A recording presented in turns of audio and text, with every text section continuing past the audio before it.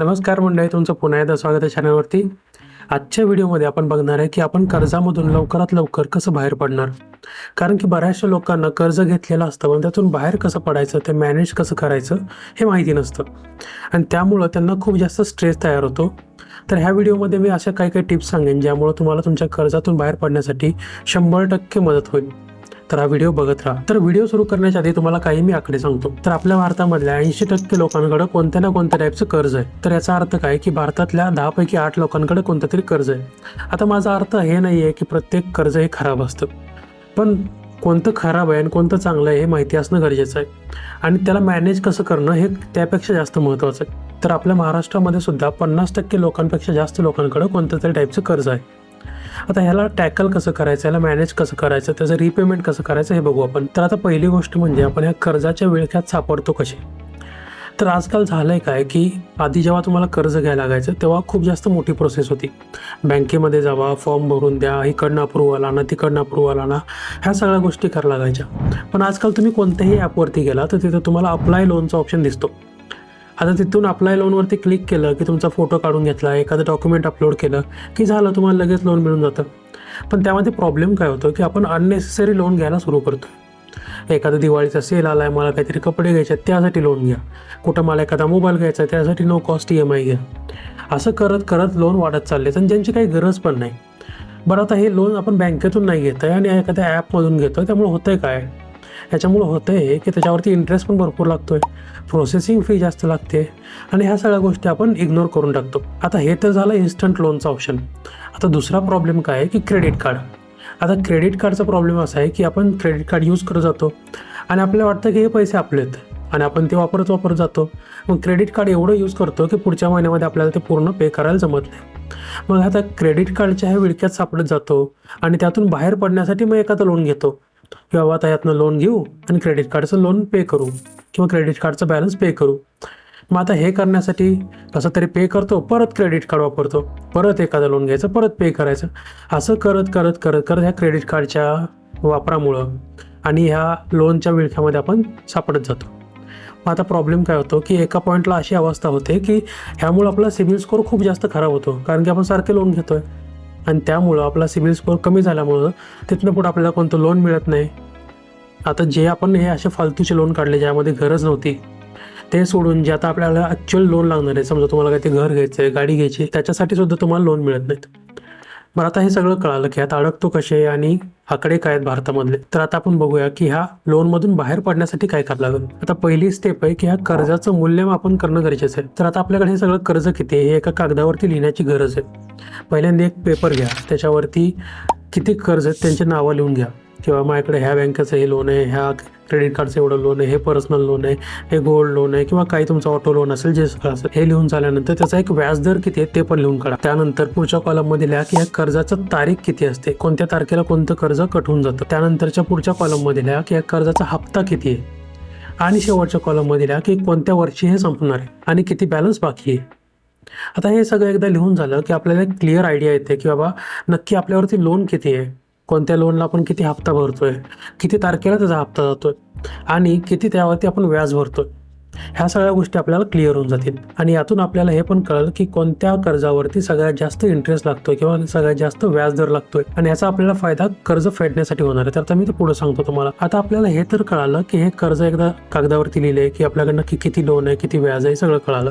आता पुढे 3 मेथड आहेत आपल्याकडे कर्ज फेडण्यासाठी. पहिली मेथड आहे ज्याला म्हणतात की डेट स्नोबॉल मेथड.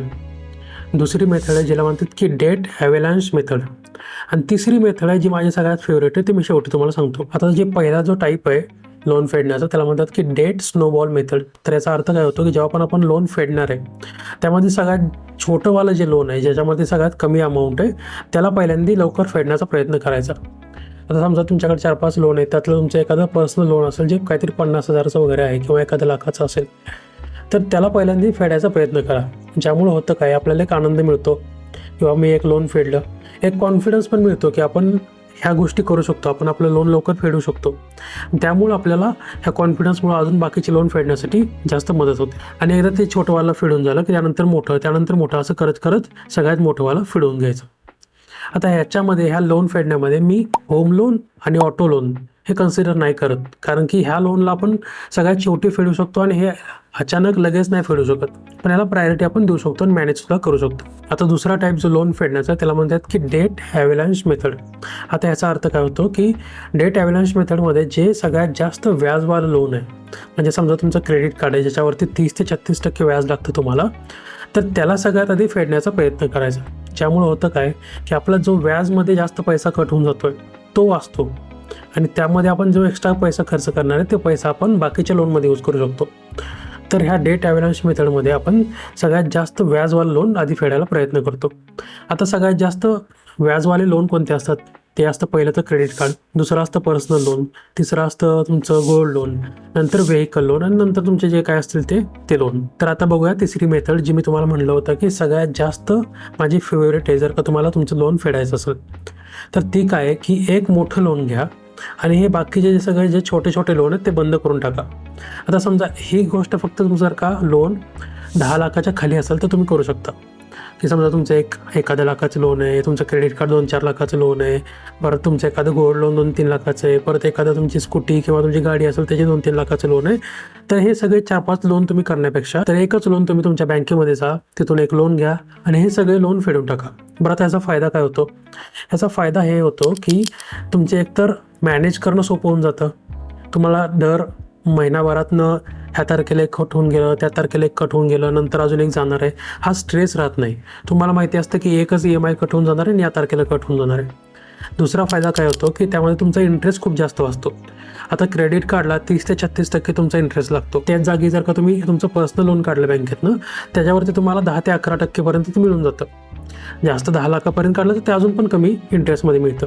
तर ह्याच्यामध्ये तुमचा जो इंटरेस्टचा पैसा एक्स्ट्रा जाणार होता तो वाचून जातो. तिसरा फायदा काय होतो की याच्यामुळं तुमचे सगळे लोन क्लोज होऊन गेले, एकच लोन चालू आहे, त्यामुळे तुमचा सिबिल स्कोअर पण इम्प्रूव्ह होतो.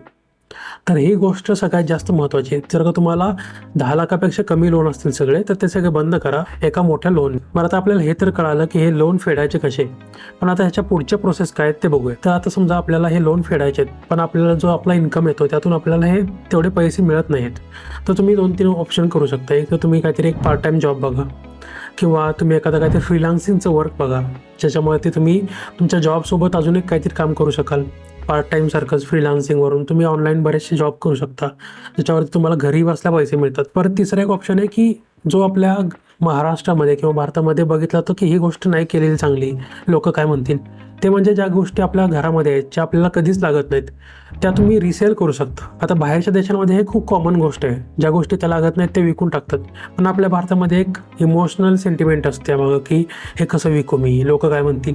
पण जर का अशी कंडिशन आहे ज्यामुळं आपल्या ह्या लोनमुळं आपल्याला स्ट्रेस होतोय तर ही गोष्ट करणं खूप जास्त चांगला ऑप्शन आहे. बरं, आता हे तर कळालं की इन्कमचे सोर्स कसे वाढवायचे. तर समजा तुम्ही सगळं हे केलं आणि तुम्ही ह्या लोनमधून बाहेर पडला तर पुढं काय? पुढं तुम्हाला 2-3 गोष्टी करणं महत्त्वाच्या आहेत. पहिली गोष्ट म्हणजे परत ह्या लोनमध्ये पडण्यापासून वाचा, परत ते क्रेडिट कार्ड जरा सांभाळून वापरा. दुसरी गोष्ट म्हणजे क्रेडिट कार्डच्या जागी तुम्ही तुमचं कॅश किंवा UPI किंवा डेबिट कार्ड जास्त यूज करा. आणि तुम्ही ह्या लोनमधून बाहेर पडल्या पहिल्यांदा एक इमर्जन्सी फंड बनवा.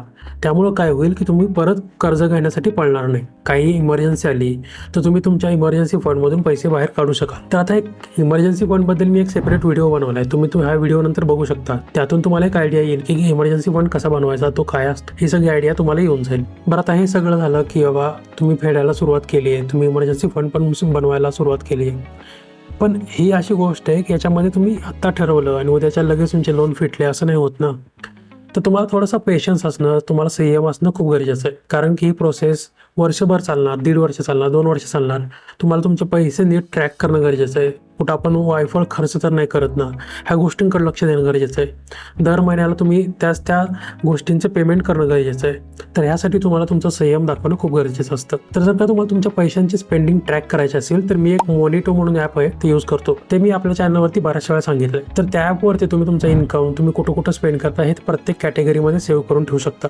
आणि महिन्याच्या शेवटी तुम्ही बघू शकता की आपण कुठे जास्त खर्च केला, ह्या गोष्टी करायला पाहिजे होत्या का नाही, हे सगळं बघण्यासाठी तुम्हाला सोपं होऊन जातं. जर का तुम्हाला या व्हिडिओवरून कळालं असेल की तुमच्या लोनमधून बाहेर तुम्ही कसं पडू शकता, तुम्ही तुमचं लोन कसं मॅनेज करू शकता, तर व्हिडिओला लाईक करा, चॅनलला सबस्क्राईब करा. तुम्हाला काही डाऊट असतील तर मला कमेंटमध्ये नक्की विचारा. Thank you for watching. Stay curious. Bye.